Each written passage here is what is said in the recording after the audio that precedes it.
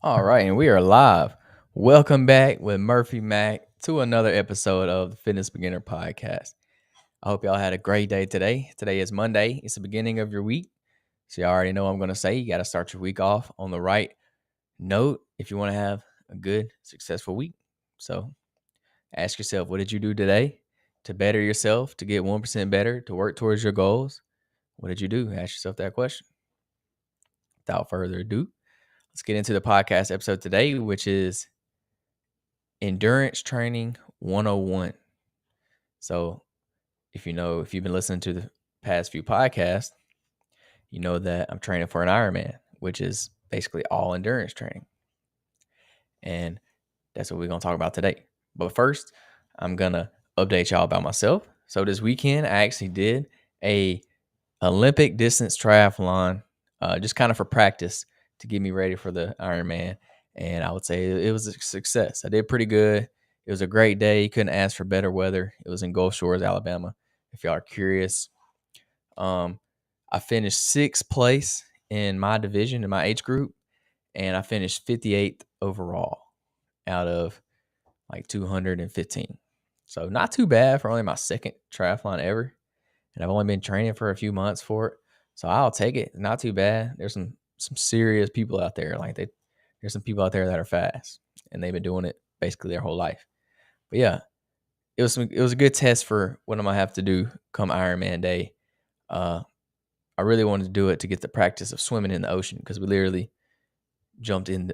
We swam straight off the beach, like straight into the ocean off the beach, which is very sketchy if you've never done it before. Swimming way out in the ocean, it's not something I would suggest doing for fun.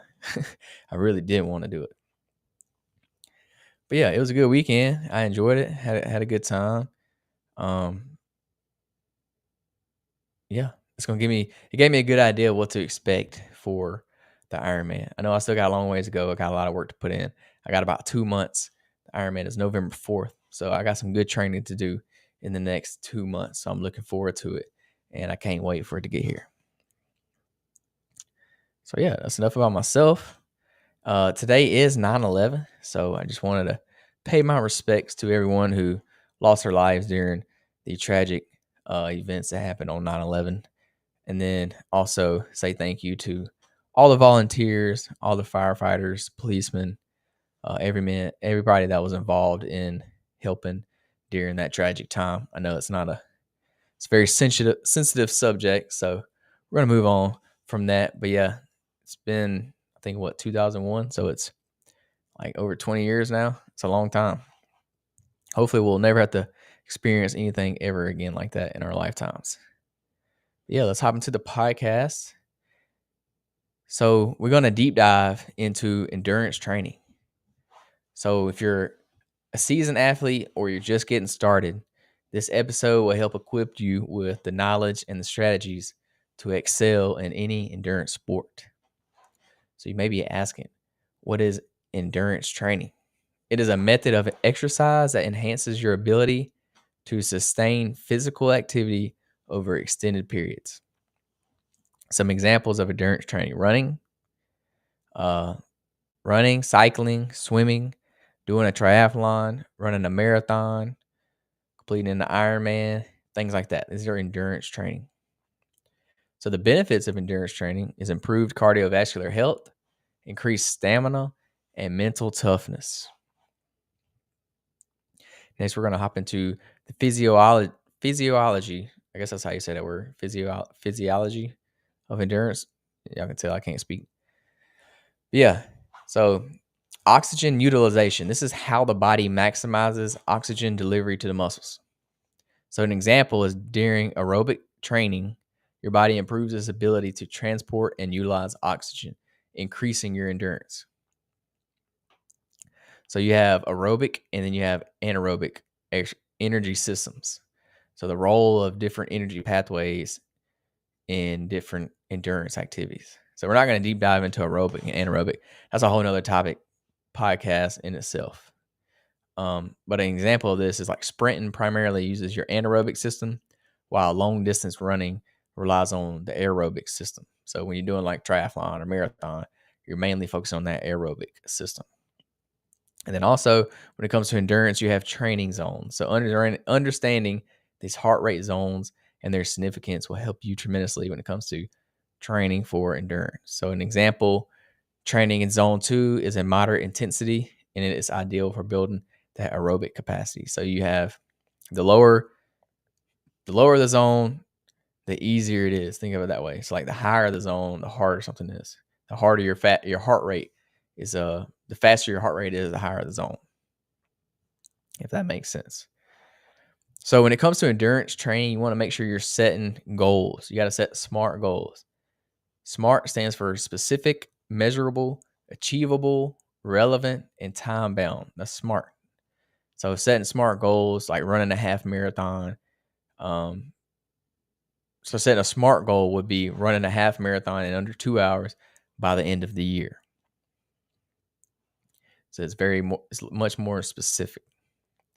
So then you have long-term versus short-term goals. So balancing immediate progress with overarching objectives. So example, long-term goal might be completing an Ironman in 2 years. But your short-term goal may be focusing on each one of those disciplines. So like focusing on the swim, or focusing on the bike, or focusing on the run. So that'd be a short-term goal. Then you have periodization. So structuring your training plan to peak at the right time. So this is all going to be based off when your actual race is, if that's what you're planning on doing as a race. So you want to plan your harder training phases leading up to a target race, and then followed by a tapering phase for like recovery and peak performance. So like the week before your race, you'll taper it down and kind of make your workouts a little easier to get your body ready, get your body recovered for that race. Next, we have training principles. So obviously we have progressive overload. It's the same thing when it comes to anything fitness. Gradually increase training intensity to avoid plateaus. So an example is incrementally increasing your weekly running mileage to improve endurance without overtraining.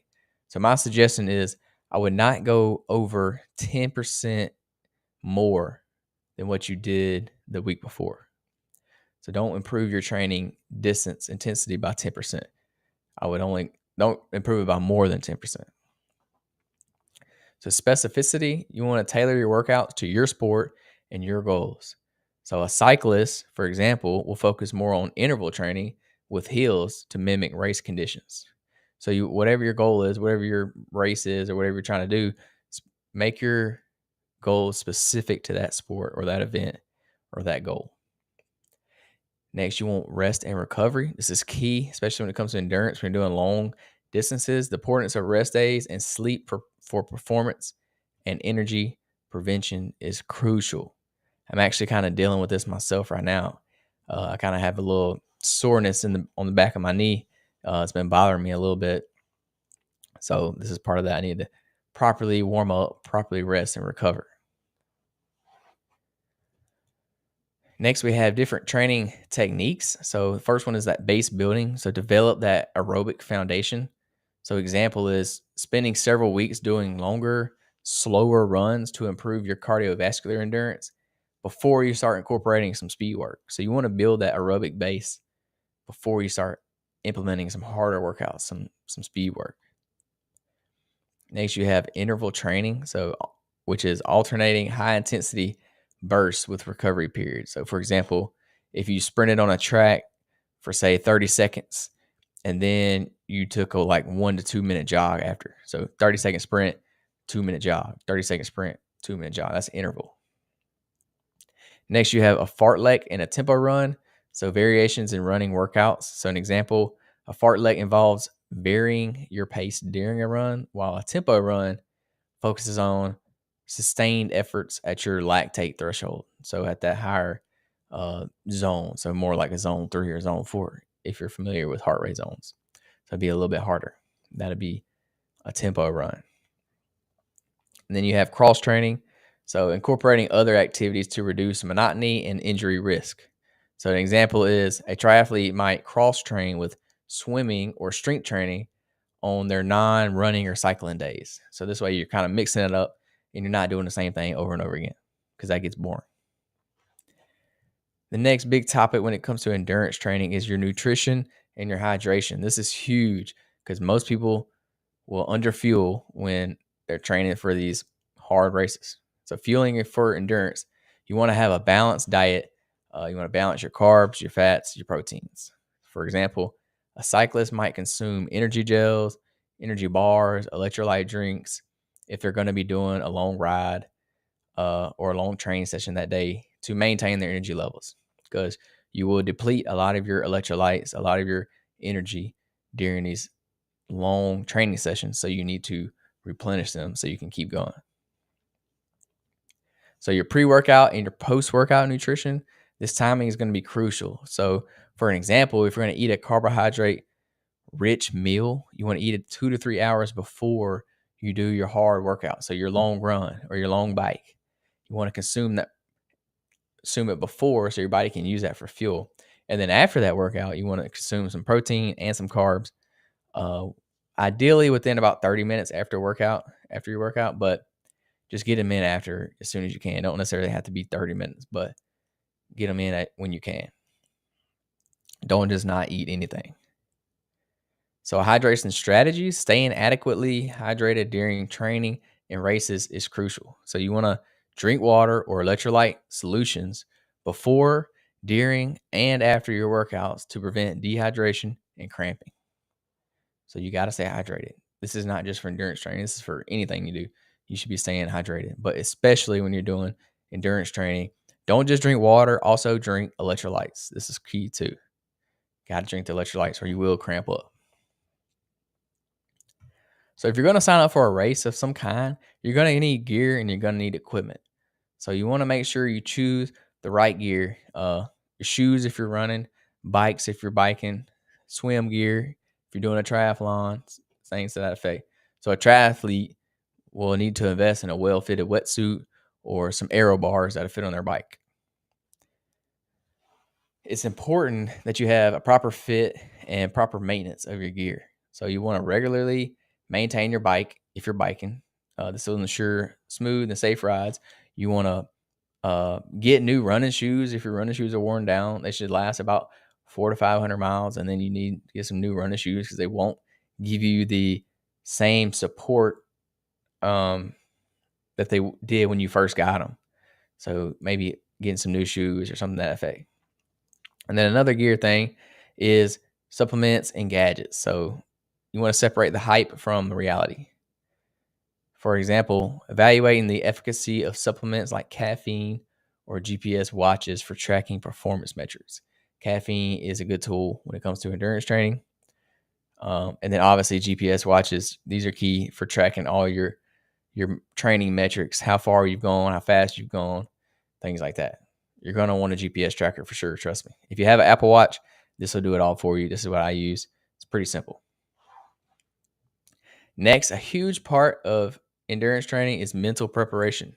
Mental preparation is huge because not only is endurance training physical, it's also mental. So you got to develop that mental toughness. You got to learn how to deal with pain and you got to learn how to deal with fatigue. So an example is use positive self-talk to push through mental barriers during a tough race. Pretty simple. Visualization techniques, mentally rehearsing races and workouts. So think it out before you do it. Visually picture what you're going to do, how you're going to do it. Visualize yourself crossing the finish line. This is going to help you be strong, help you achieve your goals, help you push you a little further because you see the end, you see the light at the end of the tunnel. And then next, you want to stay motivated. So setting rewards and finding a support network. So example, join a running club, find a training partner, or stay to help you stay motivated and accountable. This is huge because it can get boring when you're doing endurance training. Trust me, I found this out the hard way, and I found a training partner, and it's helped me tremendously. It makes the workouts go by so much quicker. If you signed up for a race, whether it be a triathlon, a marathon, some kind of swim race, whatever it may be, you need race day strategies. So tapering is a huge training strategy to reduce the training volume for a big event. So you want to cut back on the mileage in the week leading up to it, like a marathon or triathlon, to ensure your legs are fresh on race day. I kind of touched on this a little bit earlier. You want to make sure you're toning your training back so your body recovers and is prepared for race day. Another race day strategy is pacing. You got to find the right balance between starting too fast and too slow. You don't want to go too fast to where you tire yourself out and you can't finish the race. And you don't want to go too slow to where your time is just terrible, like you're way behind everybody else. So you got to follow a pacing plan to maintain a consistent effort throughout a long race. And this is something that you will figure out throughout your training. You'll find a good pace that you can hold for a long period of time. And then nutrition during your races, you got to use the fueling stations for not only food but also for your hydration. So grab water, grab energy gels, energy bars, whatever it is at the aid stations that they have during your race. So if you're doing a shorter race, they may not have aid stations, so you may just want to hydrate before and after. But if you're doing like a marathon or a triathlon, they will have water stations, maybe some food and things out there for you to eat. So use this to your advantage to help fuel your body for the rest of the race. Also, when it comes to endurance training, is injury prevention and recovery. So when you're overtraining your muscles a lot when it comes to injury. When it comes to endurance training, so this leads to injuries. We want to reduce these as much as we can. Some common endurance related injuries are overuse injuries, like runner's knee, pulled muscles, torn muscles, overuse, like just soreness. So you want to recognize these symptoms and take action to prevent worsening. So you can do this by doing stretches, doing warm-ups. An example would be incorporating hip and glute strengthening exercises into your routine to prevent IT band issues.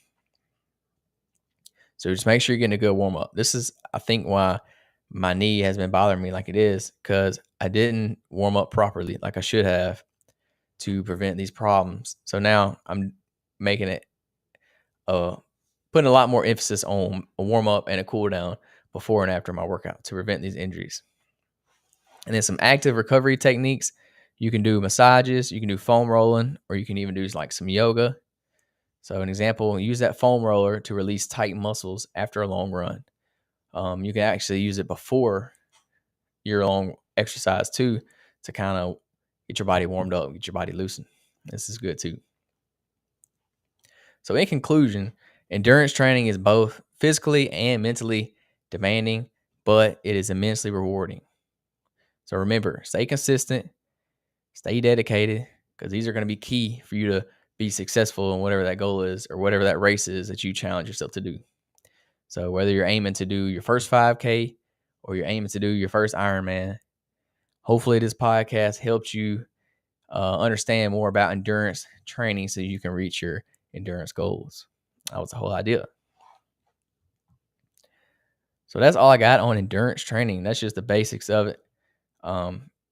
Use that to your advantage. I challenge you, sign up for something, sign up for a race, do something, get out of your comfort zone, challenge yourself. Hey, for you, that may look like a 5K, or for you, that may look like a marathon or whatever. Just do something, challenge yourself, get out of your comfort zone. I promise you it will be rewarding when you cross that finish line. But that leads us to the motivational quote segment of the podcast. And today's quote, I actually kind of like this one. I never heard it before until today. But the quote goes, "Don't watch the clock. Do what it does. Keep going." So it's pretty simple. Just keep going. Like, don't quit. Don't give up. When you set your goals or whatever your dreams are you've been dreaming of since you were a little kid, just keep going. You don't ever see a clock stop. It keeps going. It keeps ticking. So that's what you got to do. Don't just sit there and watch it, because if you watch it, then the time's just going to keep going. It's going to keep going by. You're losing time. You're never getting that time back. So why are you going to sit there and keep watching it? Quit watching the clock and just keep going. Do what you got to do to reach that goal or whatever or to cross that finish line, if that's what you're doing. So that's the motivational quote of the day. It's pretty simple, pretty short and sweet, to the point. But yeah, that's all I got for y'all today. Appreciate y'all hanging out for the podcast today. Follow me on all my socials. Subscribe to the podcast. Leave a review if you liked it. Let me know what you like, what you didn't like. If you got a topic that you want me to cover on the podcast, I would love to cover it. Let me know. Pretty much all my socials are Murphy Mac Fit. Also, I post I go live on my YouTube channel for the podcast. I have my own. I created a separate channel for the podcast. It's just the Fitness Beginner Podcast on YouTube. So subscribe there too if you want to see the live. If you want to tune in live and watch it, you can watch it on YouTube. Also on my Facebook account or on LinkedIn, wherever you want to catch it, you can watch it. And then if you want to listen to the audio only version, check it out on Apple Podcasts, Spotify, wherever you listen to your podcast at. Yeah, that's all I got. Thanks for hanging out with me. Peace, love, protein.